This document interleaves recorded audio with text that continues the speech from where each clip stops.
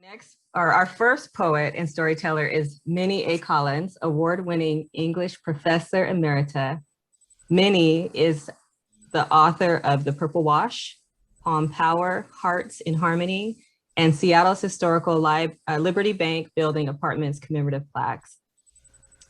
Compassion for nature and equity is her mantra. Minnie.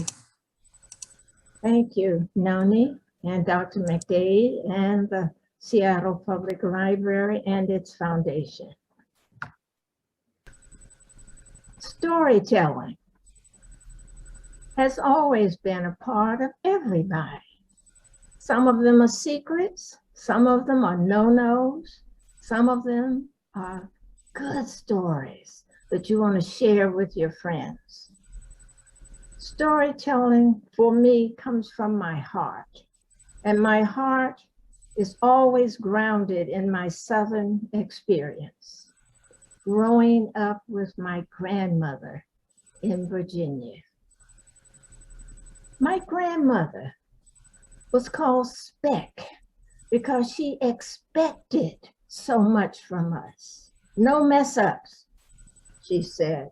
She was a sculptor, a chiseler, a hammer of stone, and these stones were her grandchildren. She was stern but comforting, sculpting us, her grandstones, to be somebody. She chiseled her grandstones to obey the 10 Commandments, Sunday school at 9, church at 10, family dinner at 2, youth service, you gotta go back at 7 p.m., no matter what. She hammered those house rules into our heads. You won't believe the rules she laid out for us. And we were middle school, high school, and still following the rules. Come on. No playing cards on Sunday. No movies. And you know why? She hated giving us money to go down a little back alley to go upstairs to sit in the top to see the silver screen. We grands thought we had the best seats in the house.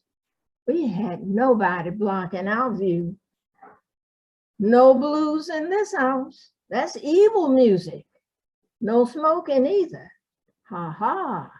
But we cowered outside her son's room to listen to the blues and to smell his forbidden joys. Speck even forced us to not date. Good girls don't date unless she really knew the parents and they happened to be just across the street, not across town. School's out at 3 o'clock, you better be home by 3:30, and we had no bus, we had to walk. Stay away from that bad street, you know what I mean, up there by that barber shop. Temptations called all of us walking from home. We even tried our own little smokes. Curiosity overruled us sometimes.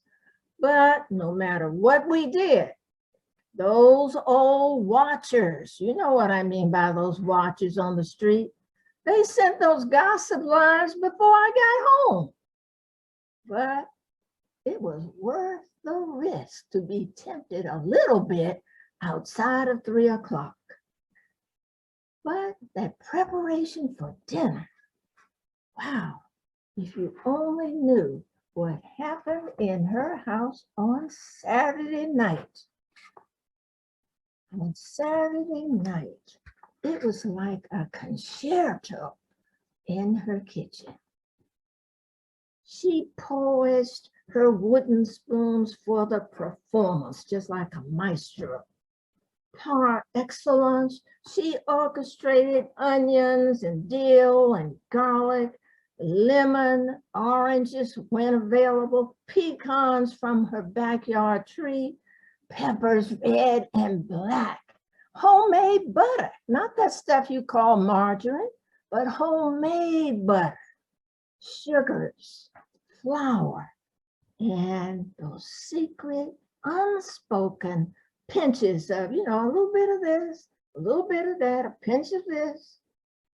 But watching her doing her first movement, those spoons swirled and spatulas soothed, the forks tinkle nice mints as mixing bowls chime at rotary decibels.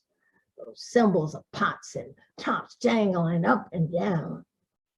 Then the lively second movement echoes, the glockenspiels of china, crystal and silver chime as they move from the cabinet shelves to the laminated kitchen table. Ah, the smell of sweet cinnamon on those baked sweet potatoes from a wood-fired oven. Butter-filled mashed potato salad and the chords of snap bean strings, broccoli trumpets and collard kettles, chicken drumsticks and braised peppercorn short ribs. Ah, so satisfied. All those aunts and nieces and cousins that come over on Sunday because they know it's going to be a grand feast. But at the end, there's silence for the hushed and satisfied family, the patrons at the concerto, the finale of fresh picked and hand-peeled peaches folded into a cobbler, topped with hand-churned, old-fashioned hand-churned vanilla ice cream. Stirred the cheers and bravo, bravo to the kitchen maestro for her kitchen concerto. Thank you.